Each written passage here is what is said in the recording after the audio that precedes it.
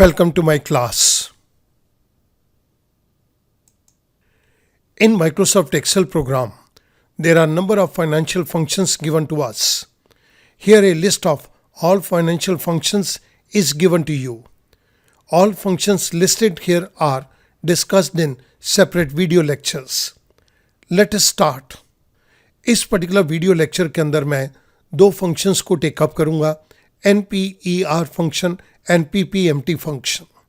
इन दोनों फंक्शंस की मदद से हम कैलकुलेट करेंगे द रिक्वायर्ड लोन पीरियड। आइएगा मूव करते हैं इनके एग्जाम्पल के ऊपर। इस पर्टिकुलर एक्सेल शीट के अंदर हमें एक प्रॉब्लम दी गई है। Mr. X wants to borrow rupees 1 lakh from the bank at 6.25% annual rate of interest. He can repay rupees 7,500 per month. How long will it take to repay the money? इस case के अंदर हमें period को calculate करना है कि कितने period के अंदर वो इस पैसे को रीपे कर देगा। मैं कुछ बेसिक इंफॉर्मेशन को आपके सामने यहाँ पे टेकअप कर रहा हूँ। Rate of interest is 6.25%। Payment is monthly. This is outflow, तो मैंने यहाँ पे माइनस का सिंबल दे दिया। Principal amount which he is going to borrow that is rupees 1 lakh. जब ये लोन रीपे हो जाए तो इसकी वैल्यू 0 हो जानी चाहिए, तो हमने FV के अंदर 0 दे दिया। मैं मान के चलता हूँ कि मिस्टर एक्स रीपे करेगा per month at the end of the month, so I put one more 0 here. Now I will calculate the term with the help of NPER function. मैं इस जगह के ऊपर NPER फंक्शन को take up कर रहा हूँ। The first argument is rate. Rate के अंदर हमारे पास ये 6.25% दिया गया है, but this is per annum. मुझे इसको मंथली रेट ऑफ इंटरेस्ट के अंदर कन्वर्ट करने के लिए 12 से डिवाइड करना होगा, comma. The next argument is PMT which is given to us in cell number C2, comma. The next argument is PV present value that is rupees 1 lakh, comma. Future value, future value के case के अंदर हमें value 0 दी गई है, comma. Type के case के अंदर हमें एक और 0 दिया गया है that is C5। Parenthesis close. I press enter. मेरे पास एक वैल्यू आ गई 13.85। It means this will take more than 13 years but less than 14 years. हमने जिस पर्टिकुलर फंक्शन को यहाँ पे यूज़ किया वो मैं आपकी रेफरेंस के लिए नीचे दे रहा हूँ। अब मैं इस चीज़ को वेरीफाई करना चाहता हूँ। एक स्ट्रक्चर में लूँगा फॉर 13 ईयर्स के लिए और दूसरा स्ट्रक्चर में लूँगा 14 ईयर्स के लिए। सो मैंने यहाँ पर पीरियड के सेल के अंदर 1, 2 दे दिया। दोनों को सिलेक्ट करके मैं इसको 13 तक ड्रैग डाउन करता हूँ। प्रिंसिपल अमाउंट को कैलकुलेट करने के लिए हम यहाँ पर फंक्शन यूज़ करेंगे PPMT। The first argument is rate. Rate के केस के अंदर दिस इज 6.25। क्योंकि मुझे यहाँ पे इसको ड्रैग करना है, सो मैंने F4 को प्रेस करके इसको लॉक कर दिया। This is divided by 12। क्योंकि हम पेमेंट मंथली कर रहे हैं तो इसलिए हमने रेट ऑफ इंटरेस्ट को भी मंथली रेट के अंदर कन्वर्ट कर दिया। The next is per period. This is the period. It is given to us in cell number E2, comma. The next argument is NPER. This is the number of period. Number of period is given to us in cell number C6. मैं F4 press करके इसको भी lock कर देता हूँ, comma. The next argument is PV present value. Present value is given to us in cell number C3. Again I press F4, comma. Future value that is given to us in cell number C4. I again press F4, comma. The last argument is type. Type के case के अंदर हम month के and में पे करेंगे, तो हमने ये 0 को सिलेक्ट कर लिया which is given to us in cell number C5. I press F4. I close parenthesis. I press enter.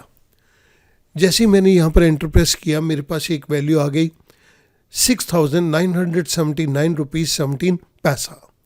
First instalment 7,500 की दी जाएगी जिसके अंदर प्रिंसिपल अमाउंट इतना है। और अगर मैं क्यूमुलेटिव अमाउंट कर लूँ तो हमारे पास क्यूमुलेटिव अमाउंट का सम भी सेम आएगा। मैं इसी फंक्शन को नीचे ड्रैग डाउन करता हूँ। सेकेंड मंथ के अंदर जो पेमेंट की जाएगी प्रिंसिपल अमाउंट की, इट विल बी 7,015 रुपीज़ 52 पैसा, और हमारे पास यहाँ पर क्यूमुलेटिव टोटल आ जाएगा। This is equals to G2 plus F3। I press enter. जैसे मैंने एंटर प्रेस किया मेरे पास क्यूमुलेटिव प्रिंसिपल अमाउंट आ गया। मैंने इन दोनों को सिलेक्ट किया और इनको नीचे मैं ड्रैग डाउन कर रहा हूँ और मैं 13 तक इनको नीचे ड्रैग कर देता हूँ। आप नोट करेंगे 1 लाख रुपए का लोन बोरो किया गया था। 13th मंथ के बाद हमने 93,690 रुपीज़ 31 पैसे की रिपेमेंट कर दी है। इस पर्टिकुलर केस के अंदर इक्वल्स टू, क्योंकि ये ऑलरेडी अमाउंट माइनस का है तो मैं यहाँ पर प्लस कर दूंगा G14। I press enter. It means 13th instalment तक हमने 93,619 रुपीज़ 31 पैसा पे किया, और जबकि ये अमाउंट हमारा अभी बैलेंस बच गया है। मैं इस चीज़ को यहाँ पर लिख रहा हूँ। This is under payment of principal amount after 13 months, or you can call it this is the FV future value after 13 months। अब मैं इस जगह के ऊपर 14 मंथ का स्ट्रक्चर लूंगा। सो मैंने यहाँ पे दे दिया पीरियड 1 2, दोनों को सिलेक्ट करके मैं यहाँ पर 14 तक नीचे ड्रैग डाउन कर रहा हूँ। प्रिंसिपल अमाउंट के केस के अंदर मैं एक बारी दोबारा से PPMT के फंक्शन को टेकअप करूँगा। The first is rate. This is the rate given to us in cell number C1। जहाँ ज़रूरत होगी मैं F4 को प्रेस करता हुआ चलूँगा। एनुअल रेट को मैंने मंथली रेट के अंदर कन्वर्ट कर दिया, कॉमा पर is I2, comma NPER number of period, this is given to us in cell number C6। Again I press F4, comma the present value is C3। I press F4, comma the next argument is future value is 0। I press F4, comma the last argument is type के case के अंदर हम end of the period पे करेंगे। सो मैंने C5 के ऊपर click कर दिया। Again I press F4, parenthesis close. I press enter.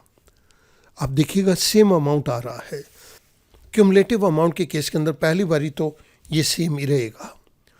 मैं इस प्रिंसिपल के अमाउंट को नीचे ड्रैग डाउन करता हूँ और क्यूमुलेटिव के केस के अंदर this is equals to K2 plus J3। I press enter. मेरे पास सेकेंड मंथ तक का क्यूमुलेटिव अमाउंट आ गया। मैंने इन दोनों को सिलेक्ट किया और मैं इनको नीचे ड्रैग डाउन करता हूँ। स्टूडेंट नोट कीजिएगा 13 तक तो ये हमारा बिल्कुल आंसर सेम चल रहा है, और अब मैं इसको 14 मंथ तक लेके जा रहा हूँ। लेकिन जैसे ही हमने 14 मंथ तक लेके गए और इसकी पेमेंट कर दी, बोरो तो हमने 1 लाख किया था, लेकिन ये पेमेंट तो 1 लाख रुपए से ज़्यादा की हमने रिटर्न करी है। इस जगह के ऊपर मैं इसके डिफरेंस को ले रहा हूँ, K15 प्लस C3। आई प्रेस एंटर। इस अमाउंट में से मैंने प्रिंसिपल अमाउंट को डिडक्ट कर दिया तो ये पता चल गया कि हमने 1,086 रुपया 8 पैसे एक्स्ट्रा पे किए हैं। मैं ये भी यहाँ पर दे देता हूँ, इक्वल्स टू दिस अमाउंट। अब स्टूडेंट सेकेंड केस के अंदर this is the over payment of principal amount after 14 months. This is the FV future value after 14 months. सबसे पहले मैं PPMT के फंक्शन को यहाँ पर दे रहा हूँ। अब स्टूडेंट इन दोनों केसेस के अंदर होगा क्या, there is some difference. 13th के अंदर ये इंस्टॉलमेंट अंडर पेड है और 14th के अंदर ये इंस्टॉलमेंट ओवर पेड है। जहाँ पर ये अंडर पेड है, banker will ask mister X to repay this much amount along with the 13th instalment. इस केस के अंदर बैंकर ये कह सकता है आप 14th इंस्टॉलमेंट को पे कीजिए, हम आपको ये अमाउंट रिफंड कर देंगे, या बैंकर इसको लेस करके भी इंस्टॉलमेंट को पे करने के लिए कह सकता है।